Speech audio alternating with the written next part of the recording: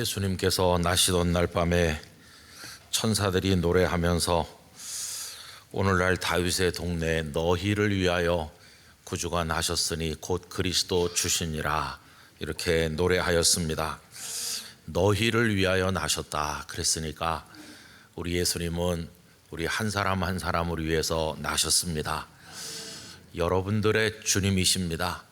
예수님은 어느 누구의 예수님이 아니시고요, 저의 예수님이시고 여러분 한 분 한 분을 위해서 오신 예수님이십니다. 오늘 대림절 넷째 주일 성탄 주일인데 탄생하신 주님의 은혜가 충만하시기를 기원하고, 이 추운 날씨에 오신 성도님들, 또 우리 교회 방문하신 분들, 또 여러 가지 어려운 형편에서 영상으로 예배하는 분들, 부속실에 계신 성도들도 많으신데 한 분 한 분 다 주님 안에 행복한 주일이 되시기를 바랍니다.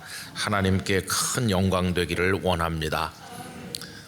성탄절에는 예배를 오후까지 드리지 않고 3번만 1, 2, 3부 드리기 때문에 더 일찍 오시고 더 촘촘하게 앉으시고 또 부속실에도 많이 가셔야 되니까 그날도 다 같이 오셔서 우리 주님 나심을 기뻐하기를 원합니다. 오이코스 우리 성경 읽기가 이제는 자리가 잡히고 또 말씀 산책도 많은 분들이 함께 나눠주셔서 감사한데, 우리 영락교회 꼭 있어야 될 그런 일이 되었어요. 새해에도 더 잘하자 그런 마음으로 이렇게 또 묵상 노트를 만들었는데, 올해는 단색으로 만들고 내년에는 2가지 색으로 이렇게 예쁘게 더 잘 만들고, 사이즈를 조금 키웠어요. 쓰는데 좀 불편하기도 하시고 눈이 침침한 분도 계신 것 같아서 이렇게 오늘 나왔으니까 여러분들이 다 함께 해주시길 바라고, 이 오이코스를 통해서 새벽기도 하시는데 멀리 계시기 때문에 못 오시는 분들이 많지만 토요일이라도 꼭 개근하시면 또 그날 속으로 또 모이고 여러 가지 할 수 있습니다. 우리 각자 신앙의 성장을 위해서 여러분들이 힘써 주시기를 부탁드리겠습니다. 이런 상상을 저 혼자 해봤습니다. 예수님께서 십자가에 달려서 고통받고 계실 때 그 십자가 아래 마리아가 서서 마음 아픈 눈물을 흘리고 있는데, 그 마리아 곁에 또 다른 여인 한 사람이 서서 울면서 이렇게 말한다고 생각을 해봤습니다. 하나님, 당신의 아드님도 죽어가시는군요. 저는 벌써 오래전에 아들을 잃었답니다. 베들레헴에 살고 있던 저희 집에 영문도 모른 채 헤롯의 군사가 덮치면서 우리 아들을 죽였죠. 나중에 알고 보니까 당신의 아드님이 태어났기 때문에 베들레헴의 산의 아이들을 죽였다고 하더군요. 당신의 아드님이 태어나지 않았더라면 내 아들도 죽지 않았을 것이고, 내 아들도 지금 저 십자가에 달린 당신 아드님 나이쯤 됐을 겁니다. 그리고 당신의 아드님이 왕으로 탄생했다고 하는데 왕이 맞긴 맞습니까? 세상에 무슨 왕이 저렇게 십자가에 달려 있는 겁니까? 그러면서 절규하는 모습을 상상해 보았습니다. 헤롯이 유대인의 왕으로 아기가 태어났다는 소식을 듣고 나서 분노한 나머지 베들레헴의 2살 안에 산의 아이들을 모조리 죽이는 참상이 벌어졌는데, 그때 아들을 잃은 어머니들이 있을 거 아닙니까? 그 어머니들이 그렇게 탄식하지 않았을까 하는 상상을 해보게 되었습니다. 여러분, 아닌 게 아니라 예수님께서 이 땅에 태어나지 않으셨더라면 베들레헴의 산의 아기들은 죽지 않았겠죠. 예수님의 성탄 사건 중에서 가장 아쉬운 대목 가운데 하나라는 생각을 하기도 했습니다. 또 뿐만 아니라 전략적 미스가 아닌가 하는 생각이 들 정도입니다. 보통 전투할 때 비행기를 동원해서, 전투기를 동원해서 적진을 폭격을 하죠. 그래서 적을 무력화시킨 다음에 지상군이 들어가는 게 일반적인 전투의 모습인데, 하나님께서도 그런 논리대로라면 헤롯을 그냥 두시면 안 되고 그 포악한 왕을 끌어내려서 제거한 다음에 안전하게 만들고 그리고 나서 예수님께서 탄생하셨어야 되는 게 아닐까 하는 생각도 해보게 된다는 것입니다. 헤롯 같은 폭군이 미리 제거되었다면 베들레헴의 갓난아기들은 죽지 않았을 텐데, 좁은 소견인 제가 생각해보는 아쉬움 중에 하나입니다. 여러분, 또 그 베들레헴의 아기들의 죽음은 천사들이 부른 노래하고도 앞뒤가 안 맞습니다. 천사들이 나타나서 지극히 높은 곳에서는 하나님께 영광이요, 땅에서는 하나님이 기뻐하시는 사람들 중에 평화로다, 이렇게 노래했는데 그 아기들의 죽음은 평화와는 정반대 아닙니까? 평화이기는커녕 참혹한 참상이 베들레헴에 벌어지게 되었습니다.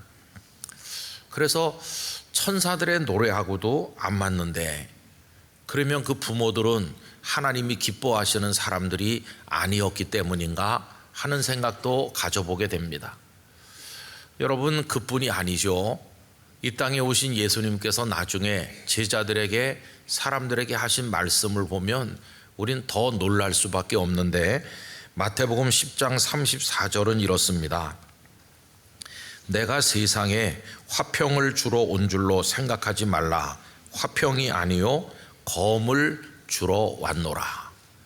평화의 왕이신 그분이 하시는 말씀이 화평을 주러 온 게 아니라고, 오히려 찔러 죽이는 검을 주러 왔다고 하시면서, 이 갈등과 불화라고 하는 것이 먼데 있는 다른 나라 사람들, 그런 이들과의 갈등이 아니라 나중에는 심지어 가장 가까워야 될 부자, 모녀, 고부간의 갈등일 것이라고 말씀하지 않았습니까?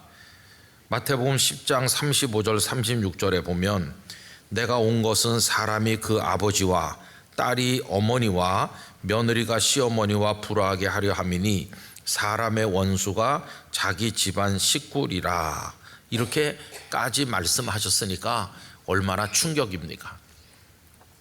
아마 이 중에 며느리하고 시어머니가 불화한 건 이해가 가. 그런데 그 나머지는 좀 아닌 것 같은데, 이렇게 생각하는 분들도 많으실 것 같아요. 여러분, 이런 말씀들을 좀 생각해 보신 적이 있나요? 어떻게 우리가 받아들여야 될까요? 예수님 평화의 왕이 맞으신가? 예수님을 잘 믿으면 내가 화평의 사람이 될 수 있나? 평안을 누릴 수 있긴 있는 것인가? 여러분, 우린 그동안 주께서 가져오시는 평화, 평안, 평강, 이런 것들을 너무 동화 속 이야기 같이 단순하게 생각해 온 게 아닌지 한번 더듬어 볼 필요가 있다는 것입니다. 예수님께서 주시는 평화는 어떤 것일까요? 우선 전제가 있는데, 그것은 평화가 그렇게 값싸게 오는 게 아니라는 거, 그거를 전제해야만 됩니다. 우리 성도들이 좋아하시는 성경 말씀 한 군데 소개하려고 하는데, 구약 성경 예레미야 33장 1절에서 3절까지 요절처럼 암송하는 분도 많은, 다 좋아하시는 말씀이죠. 예레미야가 아직 시위대 뜰에 갇혀 있을 때에 여호와의 말씀이 그에게 두 번째로 임하니라. 이르시되 이 일을 행하시는 여호와, 그것을 만들며 성취하시는 여호와, 그의 이름을 여호와라 하느니가 이와 같이 이르시도다. 그리고 이제 3절은 외우시는 분도 많으실 거예요. 너는 내게 부르짖으라. 내가 내게 응답하겠고 내가 알지 못하는 크고 은밀한 일을 내게 보이리라. 잘 아시는 말씀이잖아요. 하나님 앞에 부르짖으라고, 그러면 아주 크고 은밀한 일, 하나님이 준비하고 추진하시는 그 비밀스러운 일을 보여줄 것이라고 말씀하잖아요. 그러면서 이 말씀을 읽을 때 우리는 어떤 선입견을 가지고 있냐 하면은, 하나님이 보여주실 그 크고 은밀한 일이 뭘까 할 때 내게 복이 되는 일일 거야, 나에게 아주 좋은 일일 거야 라는 전제를, 선입견을 가지고 있어요. 그래서 이 말씀을 좋아하는 겁니다. 하나님이 보여주실 크고 은밀한 일은 나를 행복하게 하는 일일 것이다. 그런데 여러분, 그 3절까지만 암송하지 우리들은 4절과 5절을 제대로 읽질 않아요. 그 4절, 5절을 눈을 똑바로 뜨고 우리가 읽어야 되는 거죠. 4절 5절이 이렇습니다. 이스라엘의 하나님 여호와께서 말씀하시니라. 무리가 이 성읍의 가옥과 유다 왕궁을 헐어서 갈대아인의 참호와 칼을 대항하여 싸우려 하였으나 내가 나의 노여움과 분함으로 그들을 죽이고 그들의 시체로 이 성을 채우게 하였나니 이는 그들의 모든 악행으로 말미암아 나의 얼굴을 가리어 이 성읍을 돌아보지 아니하였음이라. 크고 비밀한 은밀한 일을 보여주신다고 할 때는 나를 행복하게 하고 아름답게 하는 일일 거라고 기대를 했는데 뚜껑을 열고 들여다보니까 그 크고 은밀한 일이라는 게 그런 일이 아닌 거죠. 그 일이 끔찍한 일인 거예요. 예루살렘이 다 무너져서 시체가 가득하게 될 거다. 그게 하나님이 보여주신다는 일이에요. 여러분, 하나님께서 부르짖는 자에게 보여주신다는 일이 우리가 생각하는 게 아니잖아요. 정반대잖아요. 그래서 4절 5절을 읽으면 충격을 받게 되는 거죠. 바벨론의 느부갓네살 군대가 와서 예루살렘을 초토화시키는 그 말씀을 하고 계신 거예요. 물론 하나님께서 구원하시지 않는 건 아니에요. 근데 구원은 그 다음에 하시는 거예요. 6절부터가 이제 구원의 이야기입니다. 그러나 보라, 내가 이 성읍을 치료하며 고쳐 낫게 하고 평안과 진실이 풍성함을 그들에게 나타낼 것이며 내가 유다의 포로와 이스라엘의 포로를 돌아오게 하여 그들을 처음과 같이 세울 것이며 내가 그들을 내게 범한 그 모든 죄악에서 정하게 하며 그들이 내게 범하며 행한 모든 죄악을 사할 것이라. 이렇게 용서도 하시고 포로가 돌아오게 하기도 하시고 낫게 하시고 회복시키는 구원을 주시기는 주셔요. 그런데 우리가 주목해야 되는 건 뭐냐 하면 심판이 먼저 있다는 거예요. 저지른 악행에 대한 심판이 먼저 있고 그 다음에 구원이 오는 것이에요. 이 순서를 잘 생각해야 되는 거죠. 구원이 먼저 오고 그 다음에 심판이 오는 게 아니라 하나님께서는 유다와 예루살렘에 대해서 먼저 심판하시고 그 다음에 구원하신다. 이렇게 말씀하셨고 그게 바로 크고 은밀한 일의 내용인 것이죠. 여러분, 아닌 게 아니라 바벨론의 느부갓네살의 칼이 이 남한국 유다를 3번이나 덮치고 마지막 3번째는 완전히 무너뜨리지 않았습니까? 그때 얼마나 많은 어린아이들, 얼마나 많은 사람들이 죽었겠어요. 그때 통곡 소리가 곳곳에서 들렸을 텐데 그 내용이 예레미야 31장 15절 내용이죠. 여호와께서 이와 같이 말씀하시니라. 라마에서 슬퍼하며 통곡하는 소리가 들리니 라헬이 그 자식 때문에 애곡하는 것이라. 그가 자식이 없어져서 위로받기를 거절하는도다. 비극적인 상황 속에서 통곡 소리가 들리는 거예요. 근데 그 예레미야서의 말씀이 오늘 읽은 마태복음 2장 17절 18절에 인용되어 있는 겁니다. 여러분, 오늘 본문 17절 보시면 이에 선지자 예레미야를 통하여 말씀하신 바 라마에서 슬퍼하며 크게 통곡하는 소리가 들리니 라헬이 그 자식을 위하여 애곡하는 것이라. 그가 자식이 없으므로 위로받기를 거절하였도다. 여기까지는 예레미야에 있는 말씀인데 지금 마태복음에 이걸 인용하면서 그 말씀이 어떻다는 거예요? 이루어졌다는 거예요. 어디서? 베들레헴에서. 어떻게? 헤롯이 2살 아래 사내 아이들을 죽임으로써 이루어졌다. 결국 그 라마에서 들리는 어머니들의 통곡 소리, 이 말씀이 2번 이루어졌구나 하는 걸 알게 되죠. 한 번은 느부갓네살 바벨론의 칼에 의해서 예레미야가 사시던 그때 한 번 있었고, 한 번은 수백 년 지난 다음에 헤롯의 칼에 의해서 베들레헴에서 그 어머니들의 통곡 소리가 들렸구나, 이렇게 생각할 수 있죠. 자, 그런데 여러분, 이 어머니들이 통곡할 거라고 하는 이 말씀이 2번만 이루어졌을까요? 아닙니다. 수도 없이 헤아릴 수 없이 그런 일들이 생겼고 지금도 생겨나고 있잖아요. 우크라이나 병사의 어머니들, 러시아 병사의 어머니들의 통곡 소리가 지구촌을 진동하고 있는 거예요. 뿐만 아니라 그 속에 북한 병사의 어머니들의 통곡 소리도 섞여서 들리는 현실이 오늘 우리가 사는 현실 아니에요.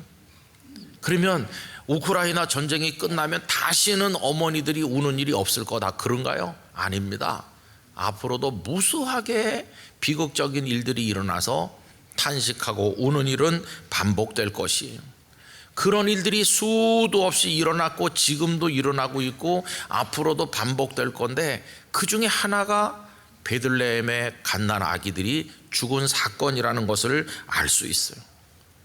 자, 그러니까 예수님이 오시면 그날부터 모든 갈등, 미움이 다 사라지고 정말 동화 속 이야기 같은 평화가 온다, 그렇게 생각하는 것은 우리가 현실을 제대로 바라보지 못하는 것임을 알게 되는 거죠. 평화는 그렇게 단순한 문제가 아니라는 것을 알게 됩니다. 그래서 예수님은 화평을 주러 온 게 아니라 검을 주러 왔다, 이런 말씀을 하시면서도 우리가 참 더 이해하기 어려운 것은, 그러면서도 예수님은 평화를, 평안을, 평강을 계속 말씀하신다는 거예요. 여러분, 요한복음 14장 27절은 우리가 좋아하는 유명한 말씀인데 다 같이 화면을 보면서 읽어보실까요? 평안을 너희에게 끼치노니 곧 나의 평안을 너희에게 주노라. 내가 너희에게 주는 것은 세상이 주는 것과 같지 아니하니라. 너희는 마음에 근심하지도 말고 두려워하지도 말라. 아멘. 또 부활하신 예수님께서 하신 말씀, 요한복음 20장 19절 읽읍시다. 이날 곧 안식 후 첫날 저녁 때에 제자들이 유대인들을 두려워하여 모인 곳에 문들을 닫았더니 예수께서 오사 가운데 서서 이르시되 너희에게 평강이 있을지어다. 아멘. 오늘 2부에 함께 예배하는 모든 분들에게 이 말씀들이 다 이루어지시기를 축원합니다. 세상이 알지 못하는 주님의 평안이, 그리고 부활하신 주님이 말씀하신 너희에게 평강이 있을지어다, 우리에게 넘치기를 간절히 원하는 거죠. 근데 문제는 검을 주러 오셨다고 하신 거, 그리고 베들레헴의 아기들이 죽는 것과 같은 그런 비극이 지금도 반복되고 있다고 하는 이 현실, 그거하고 평강이 너에게 있으라는 거하고가 이게 어떻게 우리 속에서 조화될 수 있겠는가 하는 것입니다. 이 말씀을 직접 예수님에게 배웠던 제자들은 이 말씀을 어떻게 이해하면서 살아갔는지 그걸 좀 우리가 알아볼 필요가 있잖아요. 오늘은 두 가지로 정리해서 말씀드리려고 하는데, 첫째는 뭐냐 하면 이 제자들은 평화가 유보되었다는 사실을 인식했다는 것입니다. 마태복음 13장에 보면 소위 가라지와 알곡의 비유라고 하는 비유가 있어요. 어떤 사람이 농사를 짓는데 거기다가 좋은 곡식들을 심었는데 나쁜 사람이 와서 가라지를 그 속에 섞어놓고 갔어요. 나중에 보니까 가라지들이 영양분을 빼앗아 먹으면서 더 잘 자라고 있잖아요. 그래서 와서 뽑아버릴까요 하니까 주인이 추수 때까지 그냥 두라고 하거든요. 그 말씀이 마태복음 13장 28절 이하에 나옵니다. 주인이 이르되 원수가 이렇게 하였구나. 종들이 말하되 그러면 우리가 가서 이것을 뽑기를 원하시나이까. 주인이 이르되 가만두라. 가라지를 뽑다가 곡식까지 뽑을까 염려하노라.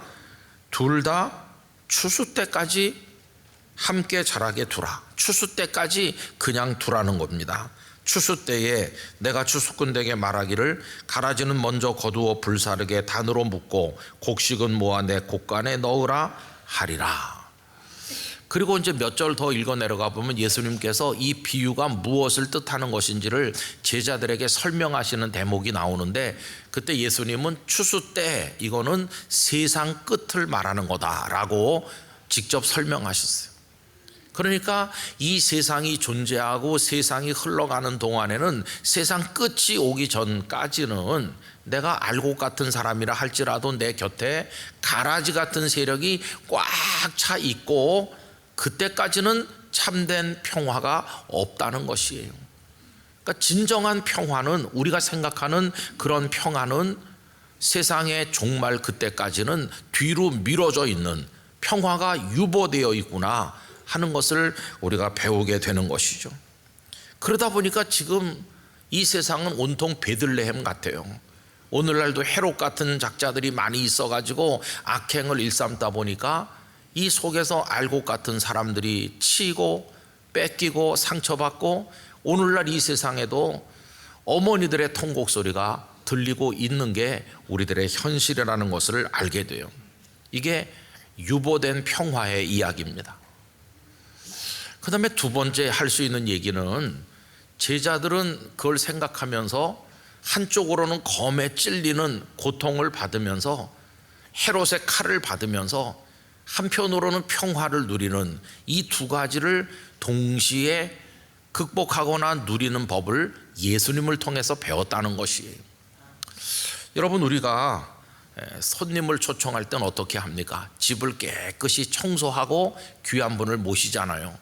근데 아까 서두에서 헤롯 같은 포악한 군주를 제거한 다음에 예수님이 오셨으면 좋았을 걸, 그러면 아기들이 안 죽었을 걸, 이렇게 말씀드렸잖아요. 손님 오는 것도 비슷하잖아요. 그런데 쓰레기가 가득 차 있고 악취가 진동하는데 아무것도 청소를 하지 않은 채로 귀한 손님이 온 것과 같아요. 이 귀한 손님은 앉을 자리가 없어서 그냥 쓰레기 위에 그대로 앉은 것이고, 쓰레기 더미의 냄새가 그 손님에게 배어드는 것과 비슷해요. 여러분, 예수님께서 이 땅에 귀하디 귀한 우리 주님으로 탄생하여 오셨는데 헤롯 같은 쓰레기, 로마 제국, 타락한 제사장들, 이런 악당들을 싹 치우고 깨끗하게 하신 다음에 오신 게 아니라 그 모든 것들이 그냥 있어서 악취를 풍기는 그 한복판에 오셔서 그냥 그 쓰레기 위에 앉듯이 예수님은 오신 겁니다. 그래서 그 쓰레기로부터 고통을 받는 것처럼 예수님은 이 땅에서 그 많은 악한 사람들에게 미움당하고 시달리고 고통을 받으시다가 마지막에는 십자가에까지 달려 죽으시는 그런 고통을 겪으셨다는 거예요. 만약에 그 모든 걸 다 청소하듯 정리하셨다면 예수님은 조롱받을 일도 미움받을 일도 없고 십자가도 지실 필요도 없으셨겠죠. 그런데 예수님은 그렇게 하지 않으셨다는 것이에요. 있는 그대로. 그 예수님이 그냥 쓰레기 위에 앉듯 오셨다는 그 얘기는 오늘 우리 상황과 똑같습니다. 우리도 좀 악당들이 다 사라진 세상에 살고 싶은데 그냥 그대로 다 있는 채로 그 속에 지금 우리가 살고 있는 것이에요. 악취를 맡으면서 고통스러워하면서 우리들은 오늘도 눈을 떴고 아마 앞으로도 그렇게 살겠죠. 문제는 뭐냐 하면은 그런 고통을 겪으시면서도 예수님의 마음속에 평화를 빼앗아 갈 자가 없었다는 것이에요. 여러분, 그 속에 계시면서도 예수님은 평안하셨는데 상징적 사건이 있죠. 바다에 풍랑이 일어나서 배가 뒤집힐 지경이 됐는데도 예수님은 거기서 평안히 잠을 주무셨다. 이 두 가지가 조화가 안 되잖아요. 그런데 여러분, 그 속에 신비가 있는 거죠. 풍랑이 일어도 잠잘 수 있는 평화, 검에 찔려도 그 속에서 찬송할 수 있는 능력, 이게 성도들에게 보여주신 것이에요. 여러분, 이 제자들이 터득한 건 바로 그겁니다. 내가 화평이 아니라 검을 주러 왔다고 하면서 이 세상에 헤롯 같은 작자들이 많이 있는 세상인데 그 속에 살면서 이리 찔리고 저리 찔리지만 사랑하는 아들을 잃은 어머니처럼 통곡하기도 하지만 그럼에도 불구하고 내 마음속에 있는 평화를 아무도 빼앗아 갈 수 없다. 나는 여전히 찬송한다. 이거를 보여주신 분이 사도 바울과 실라죠. 빌립보에 가서 복음을 전도하시다가 얻어맞았습니다. 온몸이 피투성이가 돼가지고 절그럭거리는 쇳덩어리 착고에 발이 채여서 감옥에 던져졌잖아요.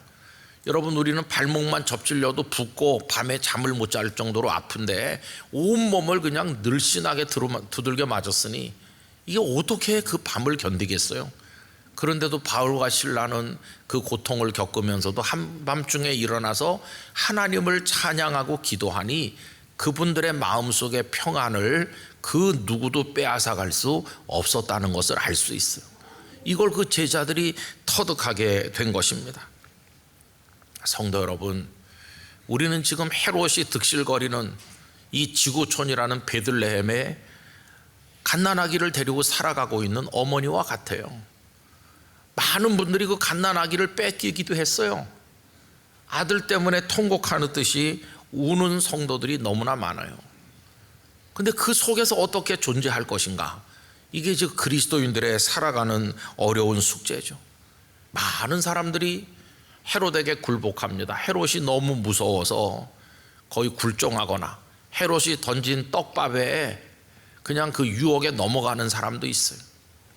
그러나 주님께서 우리에게 원하시는 건 뭐냐 하면, 찔려서 피가 나고 아들을 잃는 고통을 겪더라도 너는 내 뒤를 따르면서 평화를 갈망하는 자의 삶을 살아라, 너의 십자가를 져라, 우리에게 이렇게 말씀하신다는 것이에요.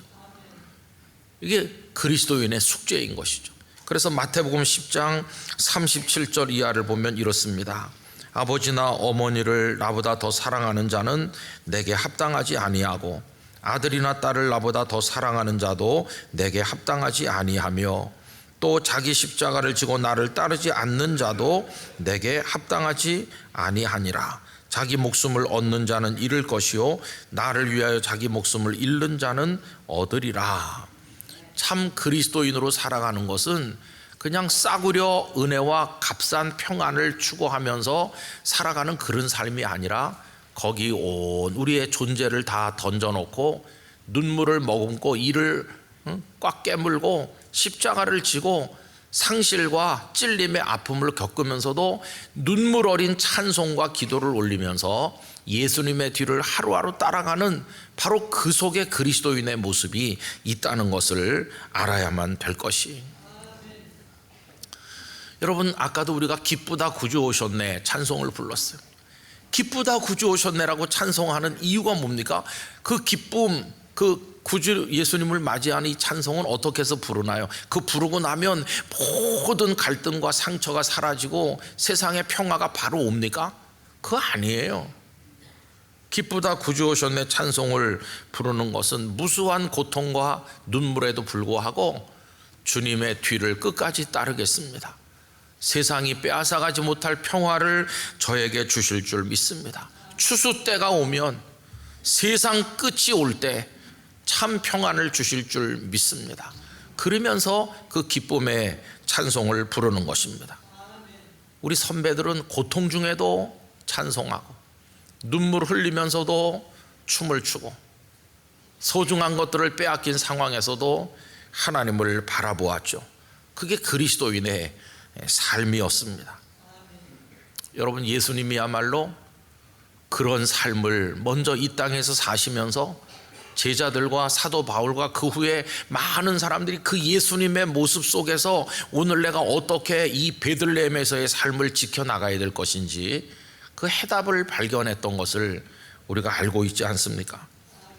저는 우리 영락교회 성도들, 오늘 함께 예배하는 모든 분들도 우리 인생의 추수 때가 올 때까지 수많은 헤롯들이 우리 곁에서 칼을 휘두르고 있지만 그 속에서도 믿음의 길을 벗어나지 아니하고 하나님을 향해 나가게 되기를 간절히 원하는 것입니다. 제가 자주 말씀드리는 20세기에 살아있는 순교자 리차드 범브란트 목사님이 14년을 감옥에 갇혀 있으면서 그 중에 몇 년은 빛이라고는 한 줄기도 없는 지하 독방에서 고통을 받으셨는데, 그분이 남긴 기도문 가운데 이런 게 있지 않습니까? 오늘 설교 제목을 거기서 따온 건데, 주님 괜찮습니다. 견딜만 합니다. 천천히 오세요. 나보다 더 급한 형제 자매들이 많으니 그들에게 먼저 가시고 제게는 나중에 오셔도 됩니다. 저 그때까지 견딜 수 있습니다. 그때까지 기다리겠습니다. 얼마나 그 고통이 느껴지는 기도입니까? 못 견디는 거죠. 지금 못 견디는데도 견딜만 하다고 말하면서, 그리고 주님에 대한 믿음도 포기하지 않고 주님을 기다리는 그 목사님의 이 기도 속에서 모든 게 느껴지잖아요.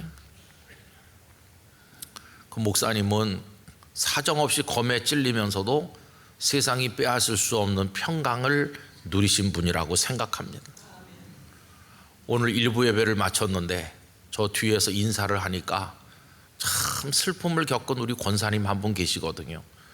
아마 견디기 힘든 고통일 텐데 그 권사님 나가면서 제 손을 꼭 잡고 목사님 저 괜찮습니다 그러면서 나가시는 그 모습에 눈물이 났어요.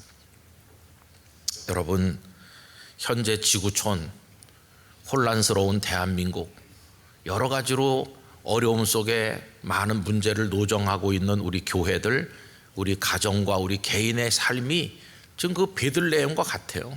우리 거기 지금 살아가고 있는 중이에요. 마치 아들을 잃은 어머니처럼 소중한 걸 빼앗긴 이들의 통곡 소리가 곳곳에 들리고 있고, 우리도 그 통곡하는 사람 중에 하나일 때도 있지 않습니까? 그래서 헤롯을 원망하는 거예요.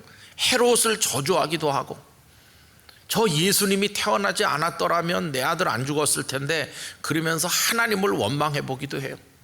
그런 게 왜 없겠습니까? 그러나 여러분, 그렇다고 해서 우리의 믿음을 저버릴 수는 없는 거죠. 평화가 어디 있느냐고, 당신이 평화의 왕이 맞으세요? 이렇게 질문을 하지만, 그러나 그 고통 속에서도 견디게 하시는 주님의 은혜를 생각하면서 완전한 평화의 그날이 올 그날까지 우리는 오늘도 걸어가게 되는 것입니다. 여러분 많이 부르시는 찬송가 412장 4절 가사가 이래요. 이 땅 위에 험한 길 가는 동안 참된 평화가 어디 있나. 무수하게 부르셨잖아요. 그 가사에 마음을 둬서 불러보셨나요? 이 세상 살아가는 동안에 참된 평화가 도대체 있긴 있는 거야? 어디 있는 거야? 이렇게 우리 찬송했잖아요. 그 다음 가사는 우리 모두 예수를 친구 삼아 참 평화를 누리겠네. 주님, 평안이 어디 있나요? 내 아들이 죽었어요. 이렇게 우는 우리에게, 그 어머니의 통곡을 하는 우리에게 예수님 모셔서 우리의 친구가 되어주시고 우리 눈의 눈물을 닦아주실 그런 주님이신 줄 믿습니다. 평화가 유보된 이 시간 동안에 우리는 그렇게 견뎌나가야 되는 것이. 그리고 여러분, 추수 때가 옵니다. 추수 때가 오면, 또 우리의 호흡에 마지막 호흡이 멈추는 그때가 오면 우리는 정말 100% 완벽한 평화의 나라에 들어가게 될 것입니다. 그때 주님은 정말 평강의 왕으로 우리를 꼭 안아주실 것입니다. 그동안 수고 많았다고 말씀할 것입니다. 여러분, 그때 우린 이렇게 말하길 원합니다. 주님, 찔려서 좀 아팠어요. 그러나 그래도 행복했어요. 주님이 당한 고난에 비하면 아무것도 아니었어요. 이제 저를 평화의 나라에 받아주시니 감사합니다. 이렇게 할 수 있을 것이라고 믿습니다. 그때가 올 때까지 대한민국 사회가 어지럽더라도 여러분 견디시고 예배하시고 기도하시고, 세상이 요지경이라 할지라도 소망을 잃어버리지 말고 무릎 꿇는 그리스도인으로 살아가시기를 축원합니다. 기도하겠습니다. 아버지 하나님, 우리는 거대한 베들레헴 주민과 같습니다. 헤롯의 칼날이 어린아이들을 죽이듯 저희들도 소중한 것들을 잃어버리며 만신창이가 되고 있습니다. 그러나 그 속에서 통곡하면서도 하나님을 찬송할 수 있는 것은 주께서 우리에게 세상이 줄 수 없는 평안을 주시기 때문입니다. 주님 먼저 가셨고 선배들도 걸어가신 그 길을 저희도 믿음으로 갈 수 있도록 은혜를 주옵소서. 완전한 평화의 나라에 들어가는 세상 끝이 올 때까지, 저희 인생의 마지막 순간까지 흔들림 없이 가도록 힘과 능력과 인내를 허락하여 주옵소서. 예수님의 이름으로 기도하옵나이다. 아멘.